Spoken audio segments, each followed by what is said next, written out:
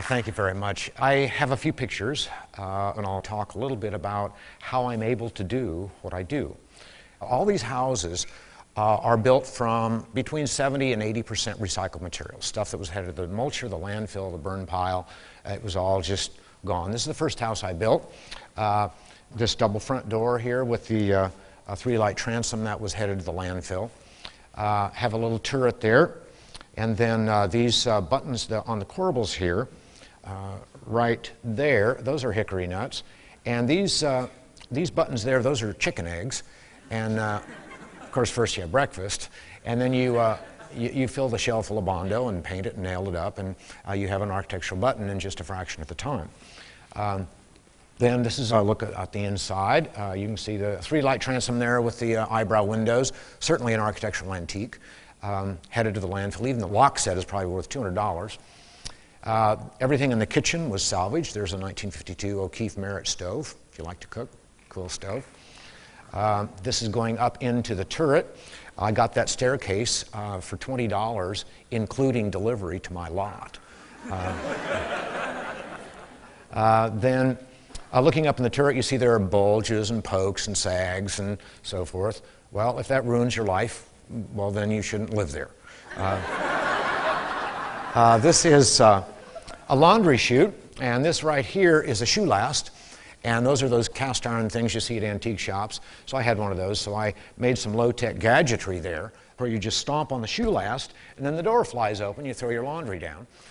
And then if you're smart enough, it goes into a basket on top of the washer. If not, it goes into the toilet. This is a bathtub I made. Made out of scrap 2x4 here, started with a rim there, and then glued and nailed it up into a flat, corbelled it up, and flipped it over, and then did the two profiles on this side. It's a two-person tub. After all, it's not just a question of hygiene, but there's a possibility of recreation as well. Then this faucet here is just a piece of Osage orange. It looks a little phallic, but after all, it's a bathroom. Then this is a house based on a Budweiser can. It doesn't look like a can of beer, but the design takeoffs are absolutely unmistakable. The barley hops design worked up into the eaves. Then the dental work comes directly off the can. It's red, white, blue, and silver. Then these corbels going down underneath the eaves are that little design that comes off the can. I just put a can on a copier and kept enlarging it until I got the size I want. Then on the can it says, "This is the famous Budweiser beer. We know of no other beer," blah, blah, blah, blah, blah, blah. So we changed that and put, "This is the famous Budweiser house. We don't know of any other house," and so forth and so on. Then there's a deadbolt. It's a fence from a 1930 shaper, which is a very angry woodworking machine. And they gave me the fence, but they didn't give me the shaper, so we made a deadbolt out of it. That'll keep bull elephants out, I promise. And sure enough, we've had no problems with bull elephants. The shower is intended to simulate a glass of beer. We've got bubbles going up there and then suds at the top with lumpy tiles. Where do you get lumpy tiles? Well, of course you don't. But I get a lot of toilets, and so you just dispatch a toilet with a hammer, and then you have lumpy tiles. And then the faucet there is a beer tap. This panel of glass is the same panel of glass that occurs in every middle-class front door in America. We're getting tired of it. It's kind of cliched now. So if you put it in the front door, your design fails. So don't put it in the front door. Put it somewhere else. It's a pretty panel of glass. But then if you put it in the front door, people say, "Oh, you're trying to be like those guys, and you didn't make it." So don't put it there. Then another bathroom upstairs. This light up here is the same light that occurs in every middle-class foyer in America. Don't put it in the foyer. Put it in the shower or in the closet, but not in the foyer. Then somebody gave me a bidet, so it got a bidet. This little house here, those branches there are made out of bois d'arc or Osage orange, and these pictures will keep scrolling as I talk a little bit. In order to do what I do, you have to understand what causes waste in the building industry. Our housing has become a commodity, and I'll talk a little bit about that. But the first cause of waste is probably even buried in our DNA. Human beings have a need for maintaining consistency of the apperceptive mass. What does that mean? What it means is for every perception we have, it needs to tally with the one like it before, or we don't have continuity and we become a little bit disoriented. So I can show you an object you've never seen before. Oh, that's a cell phone. But you've never seen this one before. What you're doing is sizing up the pattern of structural features here, and then you go through your data banks, cell phone, oh, that's a cell phone. But if I took a bite out of it, you go, wait a second. That's not a cell phone, that's one of those new chocolate cell phones. And you'd have to start a new category right between cell phones and chocolate. That's how we process information. So you translate that to the building industry. If we have a wall of window panes and one pane is cracked, we go, oh dear, that's cracked, let's repair it. Let's take it out, throw it away so nobody can use it, and put a new one in, because that's what you do with a cracked pane.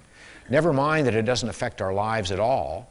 It only rattles that expected pattern and unity of structural features.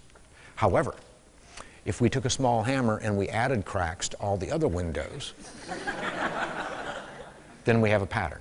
Because Gestalt psychology emphasizes the recognition of pattern over parts that comprise a pattern. We'll go, oh, that's nice. So that serves me every day. Repetition creates pattern. If I have 100 of these, 100 of those, it doesn't make any difference what these and those are. If I can repeat anything, I have the possibility of a pattern. From hickory nuts and chicken eggs, shards of glass, branch, it doesn't make any difference. That causes a lot of waste in the building industry. The second is Friedrich Nietzsche, along about 1885, wrote a book titled The Birth of Tragedy. And in there, he said that cultures tend to swing between one of two perspectives. On the one hand, we have an Apollonian perspective, which is very crisp and premeditated and intellectualized and perfect. On the other end of the spectrum, we have a Dionysian perspective, which is more given to the passions and intuition, tolerant of organic texture and human gesture. So the way the Apollonian personality takes a picture, or hangs a picture, is they'll get out a transit and a laser level and a micrometer. Okay, honey, 1/1000th of an inch to the left, that's where we want the picture. Right, perfect. Predicated on plumb, level, square, and centered.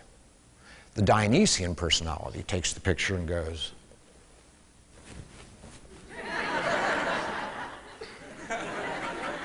that's the difference. I feature blemish, I feature organic process, dead center John Dewey. Apollonian mindset creates mountains of waste. If something isn't perfect, if it doesn't line up with that premeditated model, dumpster, oop, scratch, dumpster, oop, this, oop, that, landfill, landfill, landfill. The third thing is arguably the Industrial Revolution started in the Renaissance with the rise of humanism and got a little jump start along about the French Revolution. By the middle of the 19th century, it's in full flower. And we have doomaflogies and gizmos and contraptions that will do anything that we, up to that point, had to do by hand. So now we have standardized materials. Well, trees don't grow 2 inches by 4 inches, 8, 10, and 12 feet tall. We create mountains of waste, and they're doing a pretty good job there in the forest, working all the byproduct of their industry with OSB and particle board and so forth and so on. But it does no good to be responsible at the point of harvest in the forest if consumers are wasting the harvest at the point of consumption. And that's what's happening. And so if something isn't standard, oops, dumpster, oop, this, oop, warp. Now, if you buy a 2x4 and it's not straight, you can take it back. Oh, I'm so sorry, sir. We'll get you a straight one. Well, I feature all those warped things because repetition creates pattern, and it's from the Dionysian perspective. The fourth thing is labor is disproportionately more expensive than materials. Well, that's just a myth. And here's a story. Jim Tillis, one of the guys I trained, I said, Jim, it's time now. I got a job for you as a foreman on a framing crew. It's time for you to go. Dan, I just don't think I'm ready. Jim, it's time you, the Dan, So he hired on. And he was out there with his tape measure, going through the trash heap, looking for header material, which is the board that goes over a door. Think he'd impress his boss. That's how I taught him to do it. And the superintendent walked up and said, what are you doing? Oh, just looking for some header material. waiting for that kudo. He said, no, I'm not paying you to go through the trash. Get back to work. And he had the wherewithal to say, he said, you know, if you were paying me $300 an hour, I can see how you might say that. But right now, I'm saving you $5 a minute. Do the math. Good call, Tullis. From now on, you guys hit this pile first. And the irony is I wasn't very good at math. But once in a while, you get access to the control room, and then you can kind of mess with the dials, and that's what happened there. The fifth thing is that maybe after 2,500 years, Plato is still having his way with us in his notion of perfect forms. He said that we have in our noggin the perfect idea of what we want, and we force environmental resources to accommodate that. So we all have in our head the perfect house, the American dream, which is a house, the dream house. The problem is we can't afford it, so we have the American dream look-alike, which is a mobile home. Now there's a blight on the planet. It's a chattel mortgage. Just like furniture, just like a car, you write the check and instantly it depreciates 30%. After a year, you can't get insurance on everything you have in it, only on 70%. Wired with 14-gauge wire typically, nothing wrong with that, unless you ask it to do what 12-gauge wire is supposed to do, and that's what happens. It outgasses formaldehyde so much so that there is a federal law in place to warn new mobile home buyers of the formaldehyde atmosphere danger. Are we being just numbingly stupid? The walls are this thick. The whole thing has the structural value of corn. So I thought Palm Harbor Village was over there. No, we had a wind last night. It's gone now. Then when they degrade, what do you do with them? Now, all that Apollonian Platonic model is what the building industry is predicated on, and there are a number of things that exacerbate that. One is that all the professionals, all the tradesmen, vendors, inspectors, engineers, architects, all think like this. And then it works its way back to the consumer who demands the same model. It's a self-fulfilling prophecy. We can't get out of it. Then here come the marketeers and the advertisers. We buy stuff we didn't know we needed. All we have to do is look at what one company did with carbonated prune juice. How disgusting. But you know what they did? They hooked a metaphor into it and said, I drink Dr. Pepper. And pretty soon, we're swilling that stuff by the lakeful, by the billions of gallons. It doesn't even have real prunes. It doesn't even keep you regular.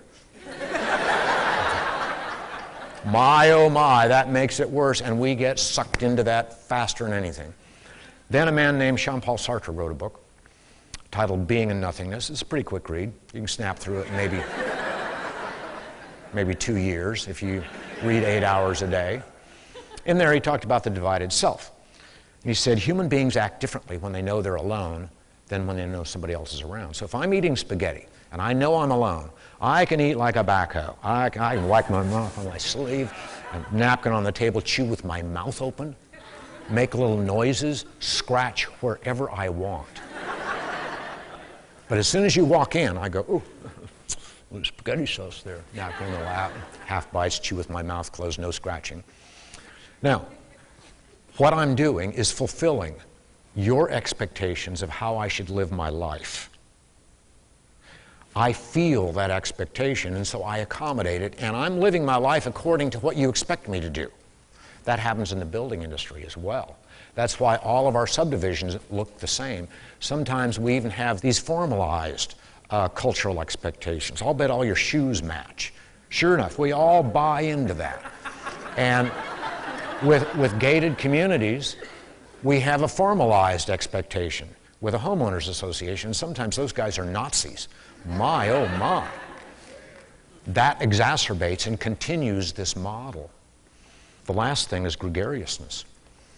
Human beings are a social species. We like to hang together in groups. Just like wildebeest, just like lions. Wildebeest don't hang with lions because lions eat wildebeest. Human beings are like that. We do what that group does that we're trying to identify with. And so you see this in junior high a lot. Those kids, they'll work all summer long, kill themselves, so that they can afford one pair of designer jeans.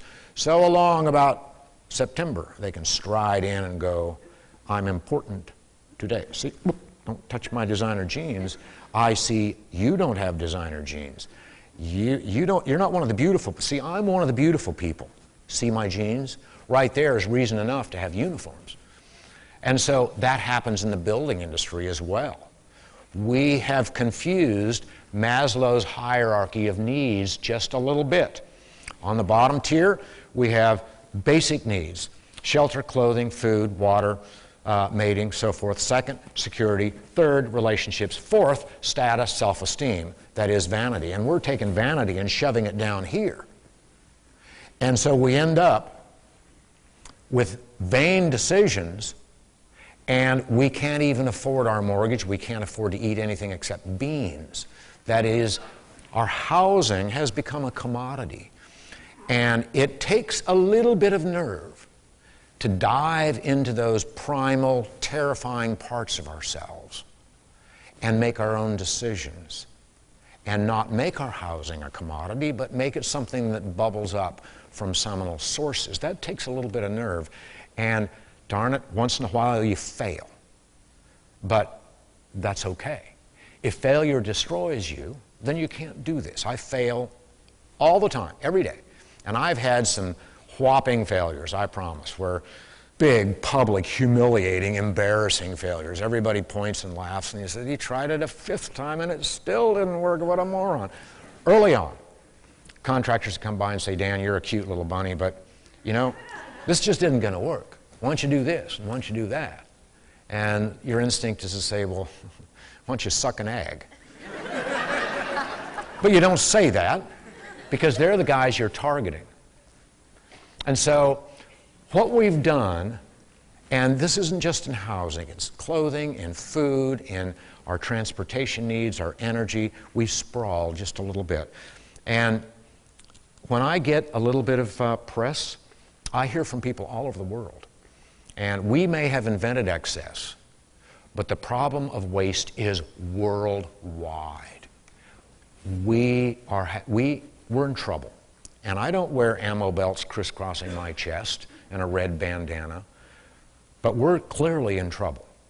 And what we need to do is reconnect with those really primal parts of ourselves and make some decisions and say, you know, I think I would like to put CDs across the wall there. What do you think, honey?